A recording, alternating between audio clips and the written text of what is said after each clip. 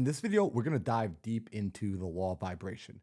I've been having a lot of fun recently. We've been studying this, going through the teachings of Bob Proctor, law of attraction, secret, Wallace D. Waddles, the hermetic principles of the Kabbalian, looking through scripture of Christianity, and seeing how all these things come together to effectively agree upon the law of vibration. So let's jump right into it.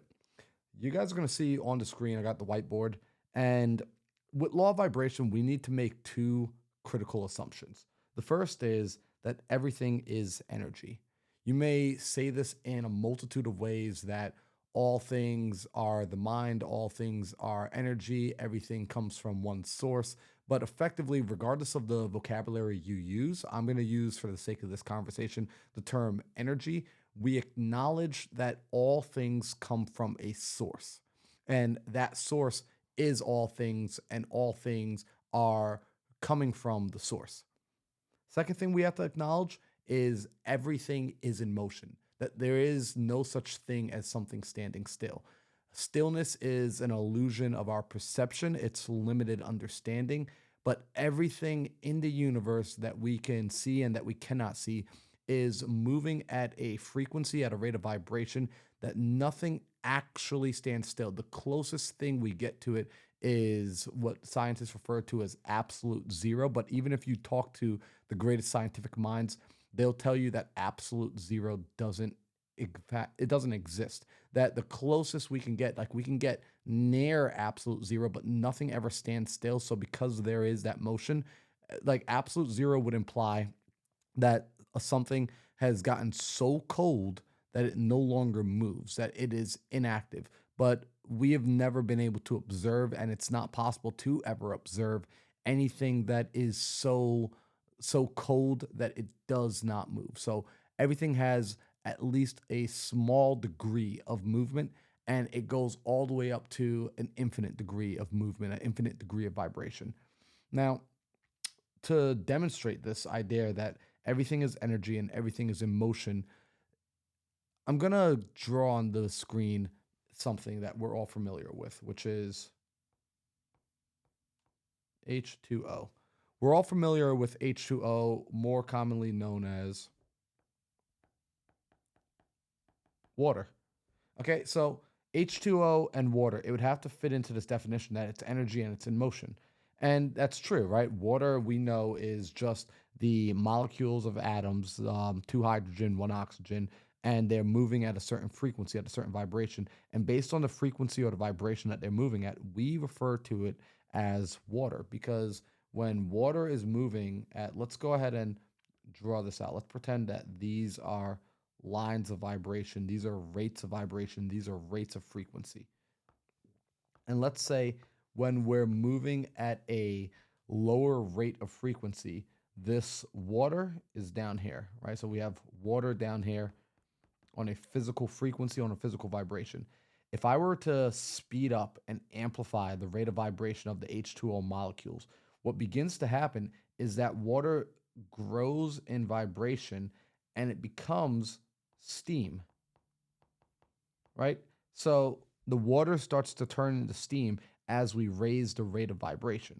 And so it's still the same energy. It's still the same molecules of H2O, just moving at a faster frequency. If I were to continue to heat up that steam and continue to raise the temperature and raise the vibration of it, we would go from steam into air, ether, or gas, right? So again, it's the same molecules just moving at a higher rate of vibration, a higher rate of frequency, but ultimately it's the same energy. And so when we look at the law of vibration tells us that the things in the world, the things in nature, the things in the universe are all moving at a particular frequency. So why do we care about this? What's this mean to you and I? Well, let's draw this out.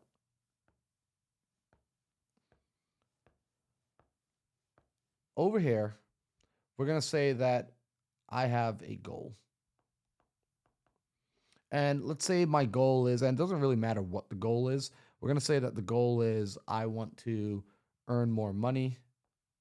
Maybe I want to get into a better relationship. Perhaps I want to have the house of my dreams, the job of my dreams, whatever it is. I have a goal.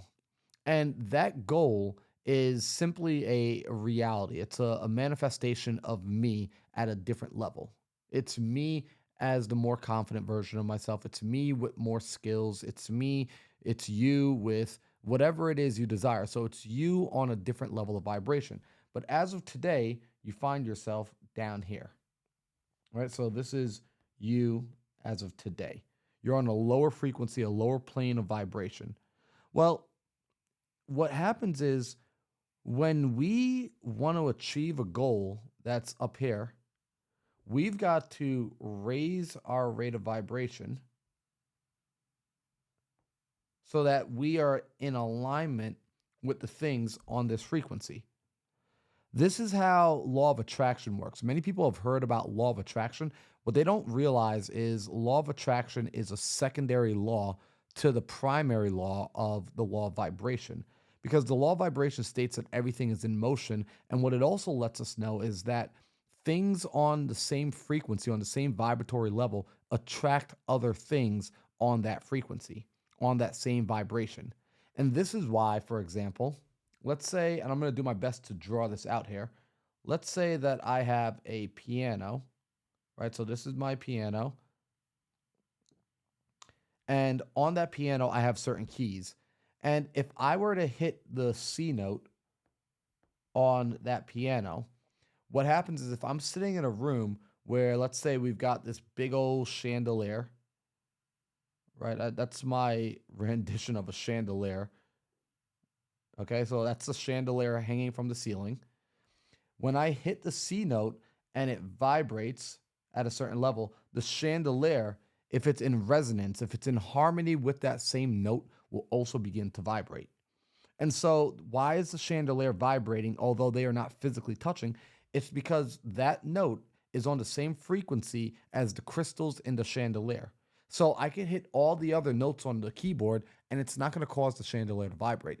It's only when I hit that one particular C note does the crystals on the chandelier vibrate, and they're now in resonance. They're in harmony with one another. They're actually being attracted to one another. And so it's very similar with us when we're looking at our goals, that if I want to accomplish a goal that's up here on this higher frequency, what I have to do is I've got to raise my vibration so that I can then begin to attract the thing on that frequency, on that channel, on that network. Now, in science, we've figured this out pretty easily. See, scientists pride themselves on their capacity to be able to change the frequency at will. Let me explain.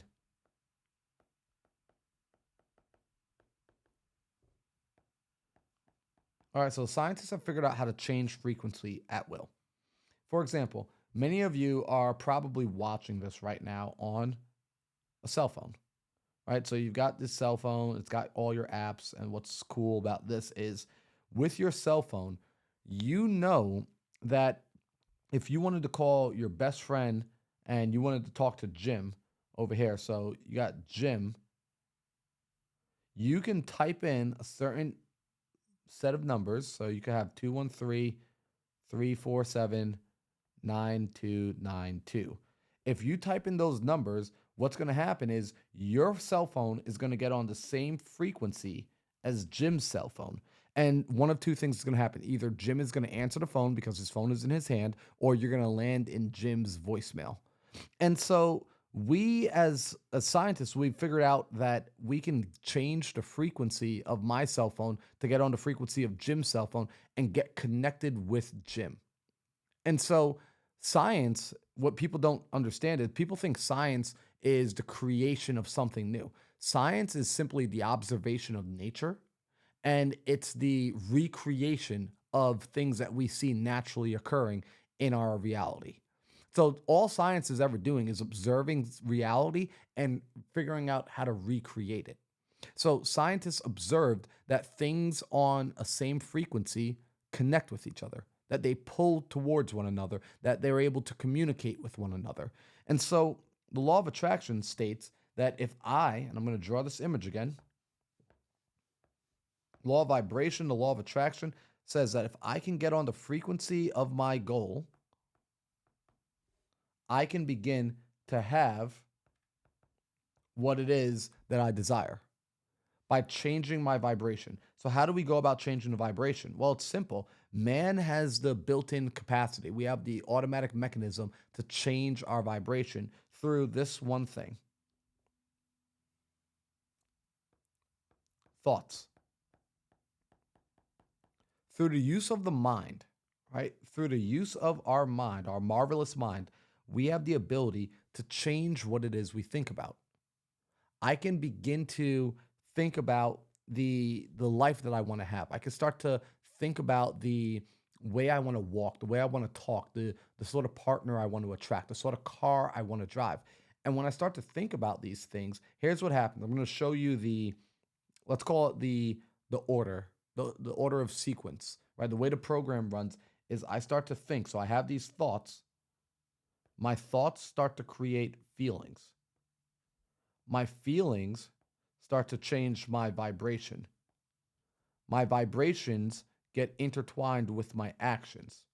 My actions call forth my results, right? So thoughts lead to feelings, feelings lead to a change of vibration get intertwined with actions, actions produce results. This is important to understand because if I kill off, and this is what most people do, most people operate something like this, right? Because we're going to talk about syntax for a second. So let me write this here: syntax. So when I talk about syntax, syntax is simply talking about the order of operation, the order in which something is going from. So, for example, here's an example of syntax. I'm going to use the same words, but I'm going to change the order and watch how the picture and the meaning change. The dog bit Sally. Sally bit the dog. I said the same words. All I changed was the order, and I bet you got two drastically different images in your mind, creating totally different results. So when we're looking at this, when people operate, they typically have the syntax a little bit wrong. What a lot of people do is they go from a place of feeling to thoughts to vibration to action to results. They let their feelings that sway up and down affect their thoughts. So based on how they feel, they will then think in accordance to how they feel. So if something happened in their world and they're feeling upset, they're going to start to think more sad thoughts, which is funny because once they start thinking more sad thoughts, they end up bumping themselves into this. And then those thoughts start to create more feelings, which start to create more negative feelings, which then pump back here. And now you start to see how people get caught in negative feedback loops because now they're just a victim of circumstance. Another syntax that a lot of people do is a lot of people will take the results they're currently producing and allow their current results to produce their current thoughts. Then their thoughts will produce the feelings. Feelings will produce vibration. Vibration will produce action. Action will produce results. And again, if these results that they're currently producing are negative, or if they're on a lower vibration, they get caught in a negative feedback loop. So syntax absolutely matters here. Where we have to take control of the vehicle, where we have the ability to steer the ship, is right here in this piece called thought.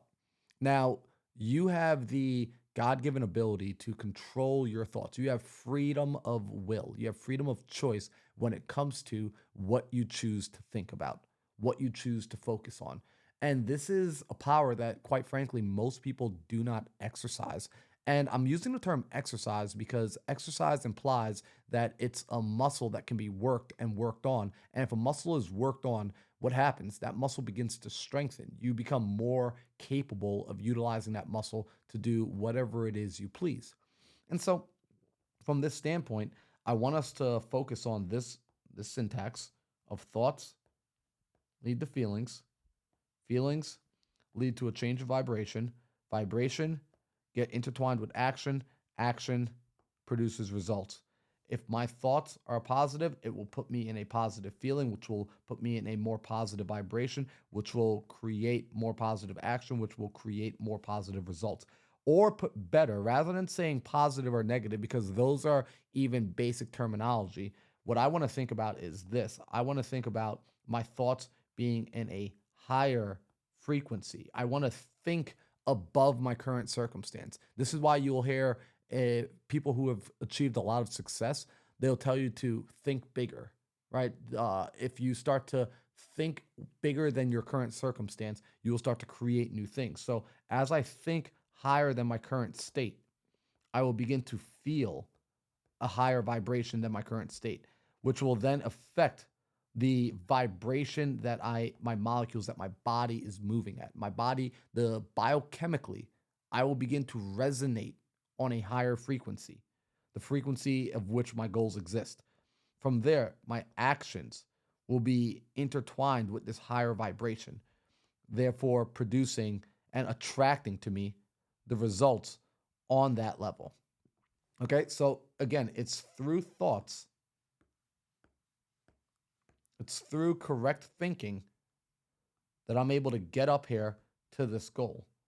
So it's by changing my thoughts, I'm able to jump up to these levels and get on frequency. Now, what's interesting about this, just like the water, right? Just like we had the water down here, then we had the steam, and then we had the air, ether, or gas. It was all the same energy, just moving at a different frequency. The only difference is water doesn't have the capacity to change its own frequency. Humans do. We have the ability to change our own frequency, to change effectively what I'm going to call our identity, our self image. Because this energy that we're talking about, this goal, the result, come in direct correlation to our self image. Right now, the results that you've been receiving have been directly equal to your self image, right? Your self image essentially is just the thoughts and the ideas that live inside of your subconscious mind. Through the law of vibration, through the understanding that everything is energy and all energy vibrates, and you recognize that through your conscious mind, through what you choose to think about, what you choose to focus on, you can change the thoughts, which in effect will change the way you feel, which in effect will change the vibration that you're on, the vibration, the frequency that you're on, which in effect through action will create new results. You start to see how you're able to attract anything into your life. And this isn't just woo woo. This isn't like what I want you to do. And this is what was taught to me by my mentors. I had Bob Proctor as one of the prominent voices in my head, Neville Goddard as another voice. And what they said is, don't just take my word for this, begin to practice it. That's why I'm here talking about this stuff. What I found is I set up in my mind some time ago that I wanted to become a teacher, right? I wanted to be not just any teacher, but I wanted to teach on mindset. And I made up in my mind that while I teached on mindset, I wanted to make a lot of money for doing this. I wanted to impact a lot of people, and I wanted to be able to live life on my terms. I wanted these things, right? Like I wanted a beautiful home, I wanted fast cars, I wanted to travel, I wanted all these things. And so what I did was I began to shift my mind. I started to shift my focus, and I would come back and I would say affirmations that reminded me of who I am. I am healthy, wealthy, and wise. I'm the number one coach on mindset. I am a high performing coach. I am a top producer. I would say these things and I would put these thoughts in my mind. I would put these positive thoughts or these higher frequency thoughts into my mind over and over and over, using my conscious mind to think about these things. And over time, I would impress, right? I would impress these thoughts. Let's draw this image out for a second.